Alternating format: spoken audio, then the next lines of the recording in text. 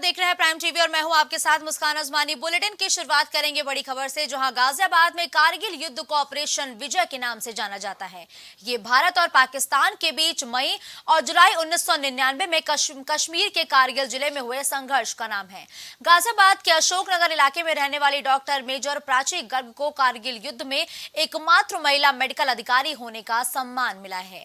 युद्ध के दौरान जाबाज डॉक्टर प्राची ने सैकड़ों सैनिकों का इलाज किया था। कोरोना काल में लगभग 10,000 कोरोना संक्रमित मरीजों का इलाज भी प्राची की देखरेख में हुआ है। कारगिल विजय दिवस मैंने एक बहुत ही महत्वपूर्ण क्षण है जो कारगिल के दौरान मैंने द्रास सेक्टर में रहकर गुजारे।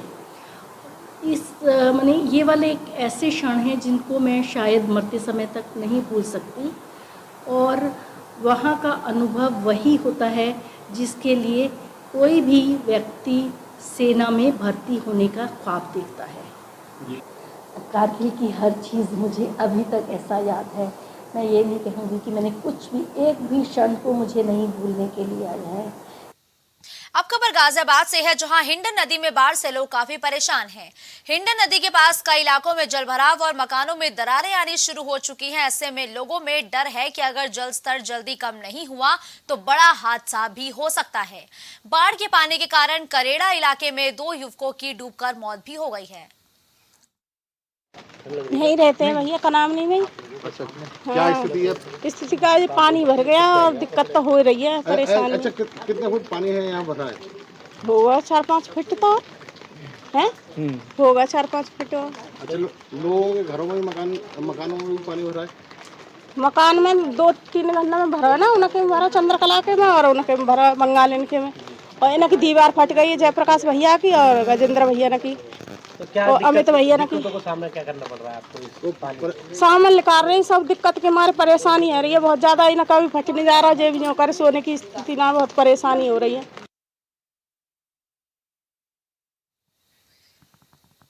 अब खबर कानपुर से है, जहां ऑल इंडिया माइनॉरिटी बोर्ड ने एक ज्ञापन राष्ट्रपति और डीएम को सौंपा है। ज्ञापन के माध्यम से बोर्ड ने मांग की है कि मणिपुर सरकार को बर्खास्त कर दिया जाए।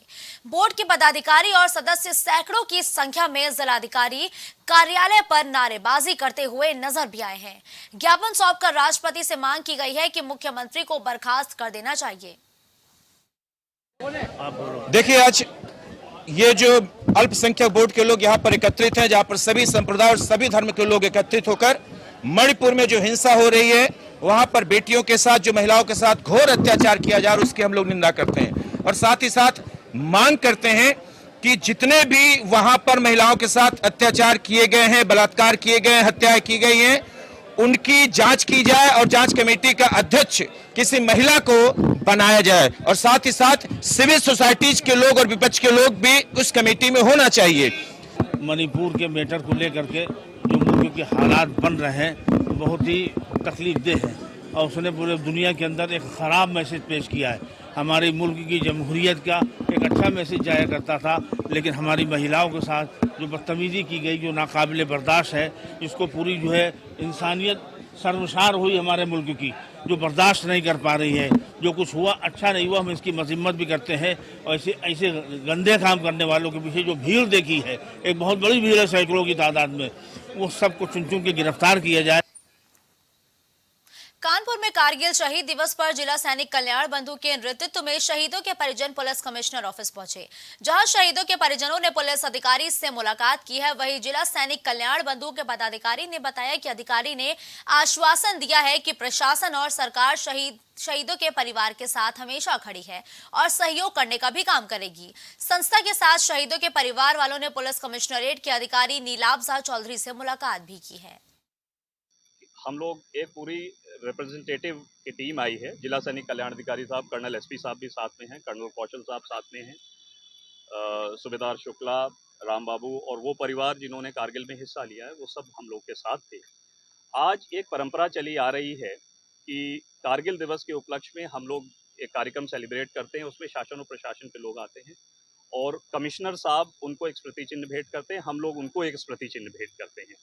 आज कमिश्नर साहब की तबीयत डाउन होने की वजह से नीलाब्जा चौधरी साहब हमसे मिले और उतने ही उत्साह के साथ साहब मिले। उन्होंने अपने एक्सपीरियंसेस शेयर किए जब उन्होंने डेपुटेशन में आर्मी के साथ रहे और उन्होंने पूरी तरह से हम लोग को आश्वस्त किया कि सैनिक परिवार और सैन्य विधवाओं को अगर किसी भी तरह की कोई भी दिक्कतें शासन या प्रशासन के कार्य में आ रही हैं तो मैं जो भी मदद कर सकता हूं मैं करूंगा।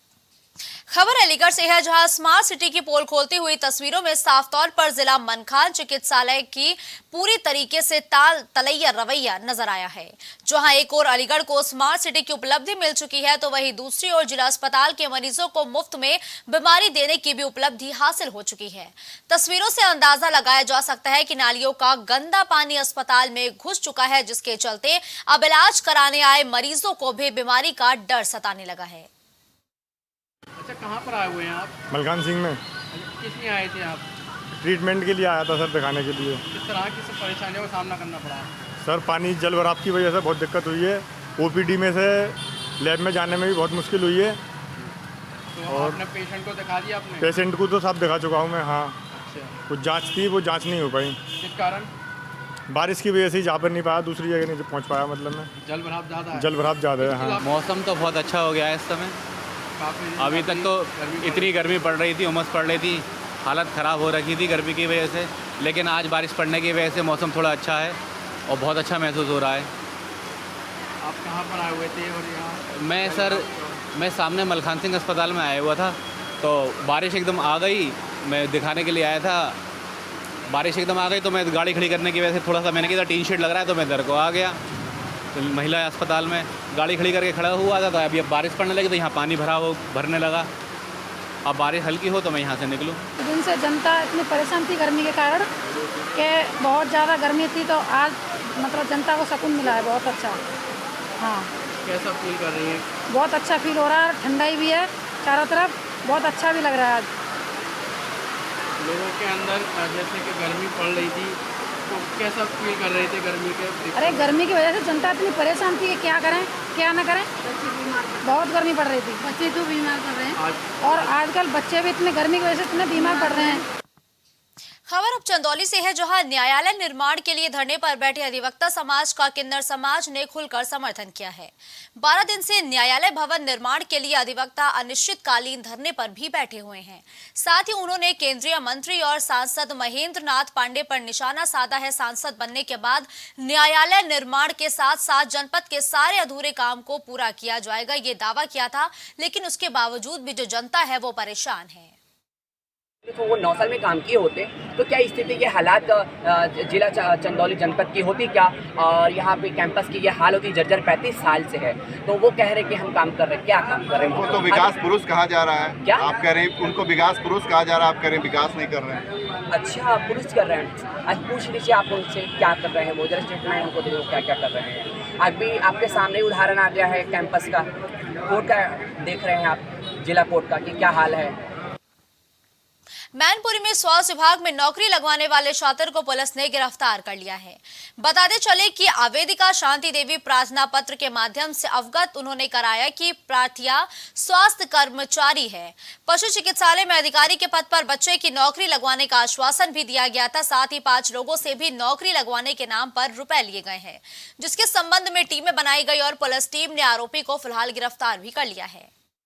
मुलजिम को गिरफ्तार किया गया था, नौकरी के नाम पर ठगी करता था, क्या मामला है? एक कोतवाली थाना क्षेत्र की शांति देवी हैं, इन्होंने अपने लड़के की नौकरी स्वास्थ्य विभाग में चतुर्थ श्रेणी का दिलाने के नाम पे एक लोग को पैसा दिया था और इन्होंने 420 का मुकदमा कोतवाली में पंजीकृत कराया था।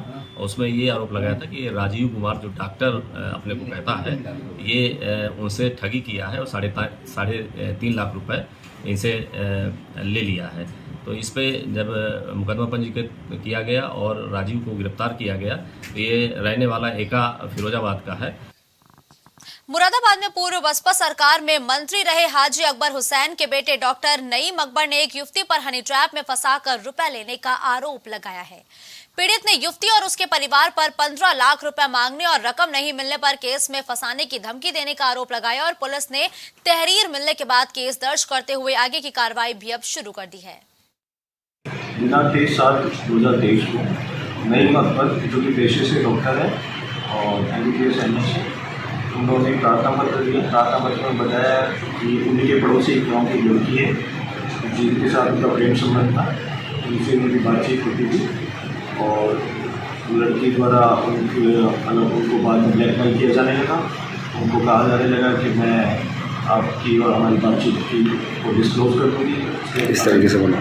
इसके बदले मुझे पैसे चाहिए और उन्होंने इसकी कॉल रिकॉर्डिंग्स अपने एविडेंस के रूप में दी, पेन ड्राइव और चेक कर उसका कितना पैसे मांगने का और ये तो मैं आपको बदनाम करूँगी अगर आपने पैसे दे दिए। खबर गाजियाबाद से है, जहां ट्रोनिका सिटी में रहने वाली एक महिला ने आरोप लगाया कि एक अन्य समुदाय के लोगों की ओर से उनकी नाबालिग बेटी को जबरदस्ती ले जाया गया है, जिसके चलते महिला ने तहरीर दी है और तहरीर की जांच करते हुए थाने में नियुक्त एक हेड कांस्टेबल ने महिला के साथ दुर्व्यवहार किया, जिससे नाराज होकर निवासियों ने थाने का घेराव किया है। महिला के आरोप पर पुलिस ने कार्रवाई करने का आश्वासन भी दिया है। थाना ट्रोनिका सिटी के दौलत नगर निवासिनी एक महिला के द्वारा एक तहरीर थाने पर दी गई, जिसमें एक दूसरे समुदाय के युवक के द्वारा अपनी नाबालिग पुत्री को जबरदस्ती ले जाना बताया गया। इस संबंध में अभियोग पंजीकृत कर आवश्यक विधिक कार्रवाई की जा रही है।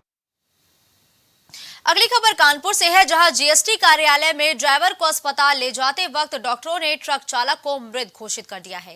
दरअसल मृतक ट्रक चालक बलवीर सिंह कानपुर से पंजाब आयरन क्रैप लेकर जा रहा था। ट्रक चालक की मौत से जीएसटी विभाग में हड़कंप मच गया है और हादसे के बाद से दोनों ही ज्वाइंट कमिश्नर ने फोन तक बंद कर दिया है। कल्याणपुर थाने में एक मुकदमा दर्ज किया गया है, जिसमें एक ड्राइवर के परिजनों द्वारा एफआईआर दर्ज कराया गया है कि गाड़ी को जीएसटी डिपार्टमेंट के अधिकारियों और कर्मचारियों के द्वारा डिटेन किया गया था और बाद में 24 घंटे के आसपास के समय बीतने के बाद ड्राइवर की संदिग्ध परिस्थितियों में मृत्यु हो गई। प्रथम सूचना रिपोर्ट में वर्णित सभी तथ्यों का भली भांति परीक्षण किया गया और जहां पे गाड़ी पकड़ी गई थी वहां का लोकेशन देखा गया, वहां पर कौन कौन लोग थे उनके कॉल डेटा चेक किए गए, वहां से मूवमेंट को चेक किया गया। उसके बाद एसजीएसटी एक्ट में MOV 1 और MOV 2 फॉर्म फिलअप करने का जो प्रोसेस है उसको भी चेक किया गया। साथ में SGST एक्ट में जो अधिकार जीएसटी डिपार्टमेंट के अधिकारी कर्मचारी को दिए गए हैं और जो समयावधि 7 दिन की कार्यावधि जो पूरी विवरणिका दी गई है उसको चेक किया गया। खबर सुल्तानपुर से है, जहां एक महिला ने सिपाही पर गंभीर आरोप लगाए हैं। महिला का आरोप है कि रात के अंधेरे में सिपाही उसके घर में घुसा और उसे पकड़ लिया। उसने महिला पर रिवॉल्वर तक तान दी, जिसके बाद महिला ने भागकर अपनी जान बचाई है। इस मामले में सीओ ने सिपाही को लाइन हाजिर किया है और पीड़ित महिला जिलाधिकारी से मुलाकात करते हुए लिखित शिकायती पत्र भी सौंप चुकी है। अभी जनता दर्शन में एक पीआरडी की महिला उपस्थित हुई थी और उन्होंने एक एप्लीकेशन दी है, जिसमें उन्होंने ये एलिगेशन लगाए हैं कि उनके घर में घुसकर एक डायल 112 के सिपाही ने उनके साथ बदतमीज़ी करी है, ज़बरदस्ती करने का प्रयास किया है और असला भी दिखाया है। इस प्रकार के एलिगेशंस उन्हें लगाए हैं, जिससे संबंधित एसपी साहब से बात कर ली गई है और उनसे डिस्कस हुआ है कि इसकी जांच हो के प्रॉपर कार्रवाई हो। इनमें क्रिमिनल धाराओं में एफआईआर की कार्रवाई भी दर्ज हो और डिपार्टमेंटल इंक्वायरी भी इसमें ज़रूर हो। पीलीभीत से आए दिन खबर निकल कर आती रहती है कि बारिश के मौसम में सड़क में गड्ढे हैं। शेरपुर मार्ग से पूरनपुर तक कई गांव का एक ही रास्ता है, वो भी गड्ढों में तब्दील हो चुका है, जिससे लोगों को काफी परेशानियों का सामना करना पड़ता है। क्षेत्रीय नेता और अधिकारी लोग इस पर बिल्कुल ध्यान नहीं देते हैं और ग्रामीणों ने इसके लिए विरोध भी किया है, लेकिन अभी तक रोड का निर्माण तक नहीं किया गया है। खराब रोड के कारण कई बार बड़े हादसे भी हो चुके हैं, लेकिन उसके बावजूद भी जिम्मेदारान अधिकारियों ने अपनी आंखों को मूंद रखा है। नमस्कार, जिला पीलीभीत तहसील पूरनपुर में आज उपस्थित हैं। हम आ चुके हैं शेरपुर मार्ग पर, जो धनारा घाट या बंजरिया, जौहरगंज, नजीरगंज से होते हुए पूरनपुर के लिए जाता है। अगर बात करें यहाँ की जो रोड की हालत की अगर बात करें तो बिल्कुल जर्जर हो चुका है। अगर बात की जाए यहाँ के रोडों की गड्ढों की, तो यहाँ पर रोड नहीं, यहाँ पर अधिकतर हमको गड्ढे मिलेंगे और राहगीर लोग आते जाते हैं, उनको भी अधिक परेशानियों का सामना करना पड़ता है। लेकिन यहाँ के जो राजनेता लोग हैं वो कभी सुनने के लिए तैयार नहीं है, काफ़ी दिक्कतों का सामना करना पड़ता है। अब खबर गाजियाबाद से है, जहां छात्र के धर्मांतरण के मामले में खुलासा करते हुए पुलिस ने मुख्य आरोपी महेंद्र को हापुड़ से गिरफ्तार किया है। पुलिस की पूछताछ में महेंद्र ने बताया कि वो इलाके में ही बेथलम गॉस्टल नाम का एक ट्रस्ट चलाता है, जिसके माध्यम से ही लोगों को ईसाई धर्म के बारे में बताकर उन्हें ईसाई धर्म की तरफ ढकेलने का भी काम करता है। आशीष ने धर्म परिवर्तन का आरोप लगाते हुए पड़ोस में रहने वाले युवक और उसकी मां के खिलाफ मुकदमा दर्ज कराया था, जिसके बाद पुलिस ने तफ्तीश की तो उसमें महेंद्र का भी नाम सामने आया। देखिए, दिनांक 23 जुलाई को आशीष, जो कि शाहजहांपुर थाना क्षेत्र मोदी नगर के रहने वाले हैं, उनके द्वारा सूचना दी गई कि इनके सामने ही रोहित का घर है, जिनके घर पे कुछ लोग इकट्ठा हैं जो कि धर्मांतरण कराने की प्रक्रिया कर रहे हैं वहाँ पे। इस सूचना पे उनके द्वारा तहरीर भी दी गई, इस लिखित तहरीर भी मिली थी। इस पे प्राथमिक जांच की गई। जांच के आधार पर दिनांक 24 जुलाई को इसमें एक अभियोग विधि विरुद्ध धर्मांतरण अधिनियम के अंतर्गत पंजीकृत किया गया। खबर हरदोई से है, जहां प्रेमी युगल ने एक ही पेड़ से फांसी लगाकर आत्महत्या कर ली है, जिसके बाद ग्रामीणों में हड़कंप मच गया है। सूचना पर पहुंचे पुलिस ने मृतकों के शव को उतरवाया। इस मामले में शादी में अड़चन होने पर लटक कर जान देने की आशंका जताई गई है। पुलिस दोनों के शवों की पहचान कराने में भी जुटी हुई है। थाना बेलगाम क्षेत्र में आज एक नीम के पेड़ से एक युवक और एक युवती एक साथ सुसाइड किया गया उनके द्वारा लटक करके। अभी तक जो जानकारी प्राप्त हुई है वो ये है कि युवक अनूप कुमार कोतवाली सिटी रहने वाला था और नोएडा में नौकरी करता था। युवती की पहचान हुई है जो कि स्थानीय थाना बेलगाम की है। अब सुसाइड के कारण और घटनाक्रम के बारे में अभी विशेष जानकारी नहीं मिल पाई है। पुलिस द्वारा पड़ताल की जा रही है और शीघ्र ही इसका विधिक विस्तार किया। गाजियाबाद में बसे हुए अवैध घरों और दुकानों पर जीडीए की ओर से कार्रवाई की गई है। अब जीडीए का पीला पंजा कसना शुरू हो गया है, जिससे लोगों में दहशत का माहौल भी देखने को मिल रहा है। नेहरू पार्क पर हुई बड़ी कार्रवाई में कई अवैध दुकानों को जीडीए की ओर से ध्वस्त कर दिया गया है।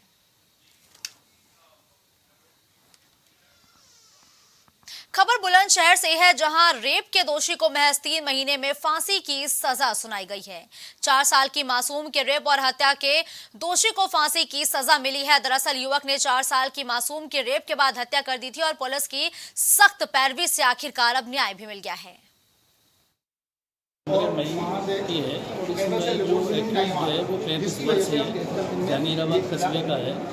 मोहल्ले की उसके घर के सामने रहने वाली जो पीड़िता थी बच्ची छोटी 4 वर्ष की, खेल के समय अभियुक्त उसको अपने घर पे लाया और अपने कमरे में ले जाके बच्ची का रेप किया। बहुत ही जघन्य तरीके से उसकी हत्या कर दी और उसकी डेड बॉडी को उसी बेड के नीचे उसने छुपा दिया। पीड़िता के घर वालों ने उसे तलाश किया, जब बच्ची नहीं मिली और तलाश किया, जब उसका दरवाज़ा खुलवाया उसमें दरवाज़ा नहीं खुल रहा था, तो वहाँ पे देखा तो जो एक्यूज्ड है वो रंगे हाथ पकड़ा। मेरा नाम अभिनव अग्रवाल एडवोकेट है। ये मुकदमा स्पेशल पॉक्सो कोर्ट में चल रहा था। इसमें मैं 73 डेज में आज पॉक्सो कोर्ट के द्वारा फांसी की सजा सुनाई गई है और 1 लाख रुपए, 1 और 1,20,000 रुपये जुर्माना भी किया गया। तो बहुत खुशी है, मतलब हमारी सपोर्ट में जज ने, वकीलों ने, पुलिस वालों ने, सब अधिकारियों ने सहयोग किया। हमारा सहयोग करा और हम पर बहुत खुशी है। उसके घर वालों को भी सजा मिलनी चाहिए और उस घर पर बुलडोजर चलनी चाहिए। यही हमारी, क्योंकि उसमें बहुत लोग रहने ही नहीं चाहिए। कितने दिन में निर्णय आ गया है इसका? 72-73 दिन हो गए और बस हमें यही चाहिए कि उसके घर वालों को भी यही सजा मिलनी चाहिए जो आगे को कोई न कर पाए ऐसी हरकत। और भयावह दिखाई सुनी किसी बच्चे के साथ 3.5 साल की बच्ची क्या होती है, जिसके हर कोई जो वो जान सकता है। खबर औरैया से है, जहां नेशनल हाईवे पर कंटेनर में फंसी महिला किसी तरीके से टोल प्लाजा तक पहुंची, जिसकी जानकारी टोल कर्मियों ने मैनेजर को दी। सूचना मिलते ही घटना पर पहुंची पुलिस ने टोल प्लाजा मैनेजर कर्मियों की मदद से महिला को एम्बुलेंस के जरिए अस्पताल में भर्ती कराया और इलाज के दौरान महिला की मौत भी हो गई है। 25/7/2023 को रात्रि 9 बजे अनंतराम टोल पे एक एक्सीडेंट हो गया। इसकी सूचना अनंतराम टोल से पुलिस थाने को दी गई। इस पे पुलिस तत्काल मौके पे पहुंची। जब पता किया गया तो पता चला कि एक कंटेनर जिसका नंबर HR38AE 4026 है, इससे एक्सीडेंट हुआ है। महिला को CSC अजीत मल भिजवाया गया। उस समय जब महिला गंभीर रूप से घायल थी तो उससे पूछा गया तो उसने सिर्फ अपना नाम मीरा देवी बता पाए थे। तभी डॉक्टर्स द्वारा उन्हें मृत घोषित कर दिया गया है। अभी महिला की शिनाख्त नहीं हो पाई है। शिनाख्त के अभी प्रयास किए जा रहे हैं। कंटेनर को थाने के द्वारा कब्जे में ले लिया गया है। अग्रिम विधिक कार्रवाई अभी प्रचलित है। ये कल तकरीबन रात को 9:05 की घटना है। मैं यहाँ कैंपस परिसर में टहल रहा था, तो मेरे पास डॉक्टर भी मेरे साथ में था। तो जैसे ही मेरे पास शिफ्ट इंचार्ज का डॉक्टर के पास फ़ोन आया कि एक महिला गिरी पड़ी है, तो हम तुरंत भाग के आए। देखा महिला की हालत काफ़ी गंभीर थी। एक पैर और एक हाथ में ख़राब हो चुके थे। एक पंजे की तरफ से पैर तो मैं देख नहीं पाया क्योंकि साड़ी था, लेकिन हाथ उसका बायां काफ़ी डैमेज था। तो हमने तुरंत उसको एम्बुलेंस की मदद से, अपने डॉक्टर की मदद से, पुलिस को इन्फॉर्म करते हुए, पुलिस वहाँ पर पहुँच चुकी थी, खड़ी हुई थी, उसको तुरंत CHC पहुँचाया। वो बोल रही थी कि मैं औरैया की रहने वाली, बस इतना बोली तो मुझे दवाई दिलवा दो। तो हमने तुरंत उसको CHC पहुँचाया। CHC में जाकर उसको फर्स्ट एड भी किया। उसके बाद पता चला डॉक्टर के माध्यम से कि उसने दम तोड़ दिया है। इस बुलेटिन में फिलहाल के लिए बस इतना ही। देश दुनिया की तमाम बड़ी खबरों के लिए आप देखते रहिए प्राइम टीवी।